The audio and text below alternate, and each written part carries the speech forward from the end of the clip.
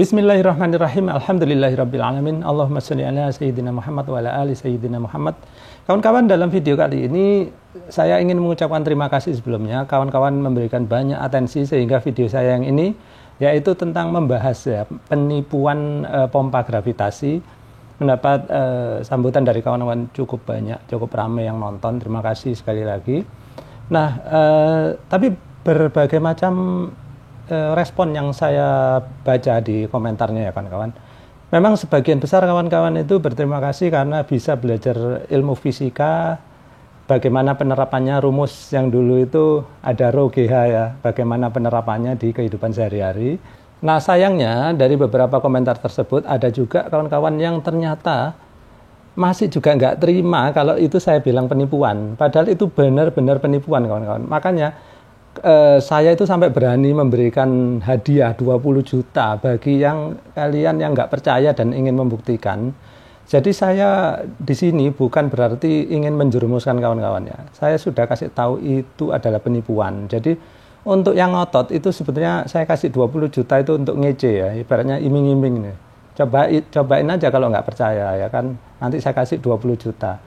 Nah, banyak komentar yang bilang, oke saya coba, tapi sampai sekarang udah 1 bulan, bahkan video yang pertama ya, waktu saya janjikan 10 juta itu, mungkin sampai sekarang udah 3 bulan atau 4 bulan ya, sampai sekarang nggak ada yang berhasil ini ya kawan-kawan untuk membuktikan omongannya gitu. Jadi sekali lagi kawan-kawan, itu adalah penipuan ya. Lalu dari sekian banyak komentar ya kawan-kawan, ada beberapa komentar itu yang komentarnya cukup menggelitik ya.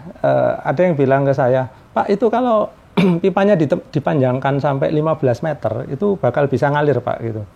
Terus saya tanya, loh kalian ini belajar dari mana kok bisa menentukan angka 15 meter itu? Kebanyakan beberapa orang itu mengatakan mereka mendapat nilai 15 meter itu dari channel Jago Fisika. Kemudian saya cek ya ke channel Jago Fisika. Nah di channel tersebut ada satu video yang ditonton cukup banyak orang ya, sampai sekitar 700 ribuan. Ya cukup bagus karena banyak yang nonton gitu ya. Tapi ketika saya lihat ternyata kawan-kawan videonya itu perhitungannya menurut saya itu salah dan menyesatkan gitu ya. Jadi di sini saya akan membuktikan di mana sih kesalahan dari video tersebut ya. Oke, karena yang punya channel itu saya nggak tahu namanya, channelnya namanya Jago Fisika, maka di sini kita sebut aja namanya Bang Jago Fisika ya, atau kita singkat jadi Bang Jago gitu ya. Baik, di situ Bang Jago itu membuat presentasi ya kawan-kawan bahwa kalau pipa gitu kita buat seperti ini ya. Jadi bayangkan ini adalah genangan air, kita kasih pipa besar, kemudian kesininya pipa kecil ya. Ini ada kemungkinan air bakal bisa mengalir gitu. Wah luar biasa ya. Jadi kalau kita bisa kayak gini, terus keran kita buka, air bisa mengalir. Senang sekali ya kita, untuk kawan-kawan yang punya akuarium, punya kolam ikan gitu ya. Kalau bikin sirkulasi air, tinggal bikin aja begini, terus dibuka kerannya, nanti air jatuh ke sini, terus dihisap lagi, jatuh ke sini gitu ya. Apakah mungkin gitu ya? Saya kasih tahu aja kawan-kawan ya, itu tidak mungkin dan tidak akan terjadi ya kan. Kalau ada kawan-kawan yang bilang, Pak bisa pompa hidram itu lain kawan-kawan. Kawan-kawan bisa lihat di akhir video ini, nanti saya kasih linknya pompa hidram ya. Jadi saya sudah pernah mempresentasikan bagaimana cara membuat pompa hidram. Kalau pompa hidram itu ada gerakannya, ini tidak ada gerakan sama sekali, cuman orang buka keran airnya mengalir, itu adalah tidak mungkin. Nah kemudian, Pak, tapi kalau tingginya 15 meter nanti bisa Pak. Oke, sekarang kita akan perhatikan ya kawan-kawan. Kita akan ikuti dulu videonya dari Bang Jago. Apa yang dia sebutkan di situ. Kalau kawan-kawan pengen lihat ke sana silakan dilihat. Tapi saya akan menuliskannya kembali di sini. Nah ini kawan-kawan ceritanya ya. Menurut Bang Jago, kenapa keran ini kalau kita buka ya dalam kondisi pipa yang pendek seperti ini, maka air itu nggak mau keluar karena apa? Dia harus melawan tekanan atmosfer ya kawan-kawan. Tekanan atmosfer menurut Bang Jago besarnya adalah P0 sama dengan ya 1,05 kali 10⁵ Newton per meter persegi gitu ya. Saya nggak tahu kenapa Bang Jago suka pakai angka yang rumit seperti ini. Sebetulnya saya bisa mempersingkatnya sebagai 105 kilopascal ya kawan-kawan. Tapi udahlah, nggak apa-apa, biar aja kita ikuti dulu ya perhitungan beliau gitu ya. Oke, ini nggak salah kawan-kawan. Memang di sini ada tekanan atmosfer sebesar 1,05 kali 10 pangkat 5 Newton per meter persegi. Itu nggak salah, itu benar gitu ya. Nah kemudian Bang Jago punya ide nih, agar air itu bisa keluar ke sini ya, maka kita harus bikin tekanan hidrostatis ya. Di sini tuh kan ada kolom air ini kawan-kawan ya. Ini air, seperti saya sudah sering ajarkan juga, cara menghitung tekanan hidrostatis air itu adalah dengan rumus Rho GH. Sama rumusnya Bang Jago, sama juga Rho GH juga. Saya tuliskan ulang ya. Jadi rumusnya Bang Jago adalah, jadi tekanan di sini dia menyebutnya dengan pH ya. H itu hidrostatis. pH sama dengan Rho kali G kali H ya. Kemudian Rho-nya itu adalah 10 pangkat 3. Ini adalah kilogram per meter kubik ya. Ini adalah massa jenis air ya kan, kilogram per meter kubik. Tapi karena Bang Jago nggak nuliskan, saya juga nggak nuliskan. Kali 9,8 itu adalah percepatan gravitasi kali H. H ini yang masih dicari kawan-kawan. Jadi Bang Jago itu sekarang pengen nyari H di sini ya.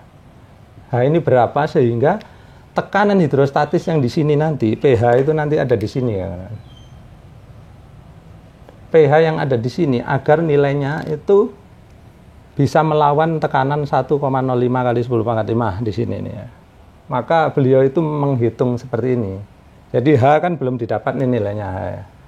Maka dari sini dengan memasukkan nilai pH ini, pH harus sama dengan P0 ya minimal ya. Jadi dimasukkanlah angka pH ini 1,05 kali 10 pangkat 5 sama dengan Rho GH ini ya.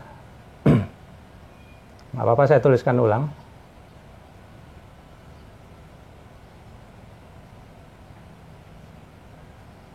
Sehingga beliau mendapatkan H itu sama dengan 10,3 meter. Jadi menurut Bang Jago, agar keran ini kalau kita buka airnya bisa keluar, maka H di sini itu minimal tingginya harus 10,3 meter. Itu ya.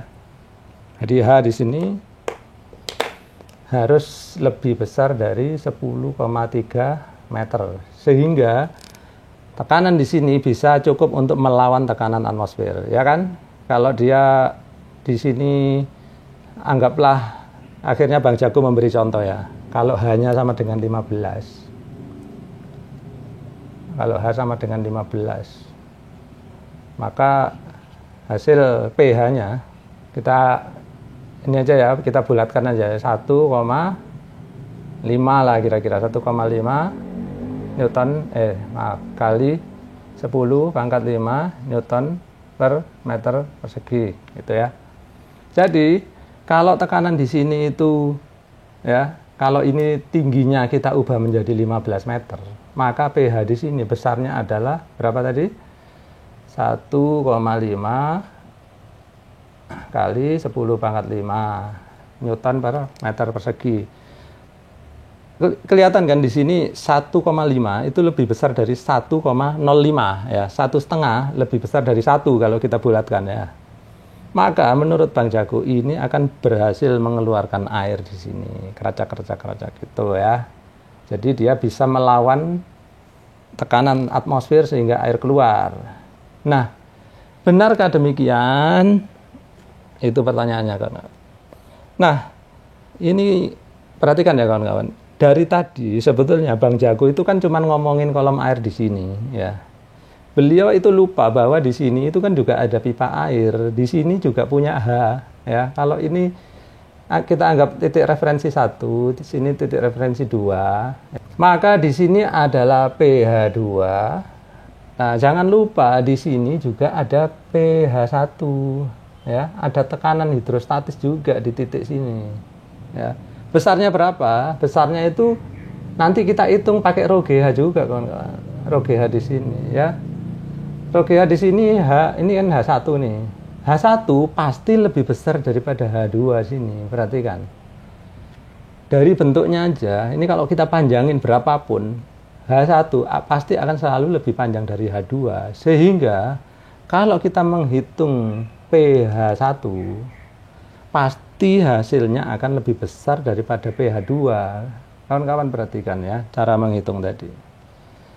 Contoh ya, misalkan di sini jadi 15 meter ya, maka H1, anggaplah ini bedanya 1 meter misalkan. Kalau H1 ini 16 meter, saya ganti speeder ya. Kalau H1 16 meter, ya, maka pH2 besarnya nanti adalah 1,6 kali 10 pangkat 5 Newton per meter persegi. Sehingga, kawan-kawan perhatikan, pH1 akan lebih besar dari pH2. Ya. Sehingga, air yang tadinya itu mau jatuh ke sana, nggak jadi, dia ketarik sama sana, karena sini lebih kuat. Ya. Air yang jatuh sini, tekanannya di sini lebih kuat, sehingga air akan jatuh ke sana. Itu ya. Ya, paham ya kawan-kawan.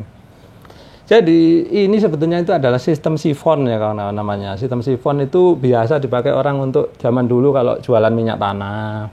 Atau kalau kawan-kawan mungkin nguras kamar mandi pakai selang, ya diisi air selangnya terus dijuntaikan keluar. Permukaan keluarnya itu harus lebih rendah daripada permukaan yang dihisap. Ya, kayak ini itu nggak bisa karena permukaan keluarnya lebih tinggi. Kalau kerannya ini kita taruh lebih rendah, bisa mengalir, itu namanya sifon. Sehingga ini itu nggak mungkin berhasil ya kawan-kawan. Nah, kalau kawan-kawan udah menangkap bahwa ini adalah bentuk suatu sifon, di mana adalah pipa yang berbentuk huruf U terbalik. Ya. Nah, sifon itu prinsipnya adalah dia akan selalu mengalirkan air dari tempat yang lebih tinggi ke tempat yang lebih rendah, gitu ya. Nah, prinsipnya adalah air di sini itu saling tarik-menarik kan kawan. Yang di sini pengen narik ke sini, yang sini pengen narik sini. Mana yang menang? Yang menang selalu yang lebih panjang pipanya, bukan yang lebih besar, ya, bukan yang diameternya lebih besar, bukan yang airnya lebih berat, enggak. Kalaupun kawan-kawan kasih di sini, ya, kasih di sini, contoh ya, ini saya panjangin misalkan, ini wadahnya berbeda ya, ini saya kasih wadah sendiri. Terus ini pipa saya panjangin.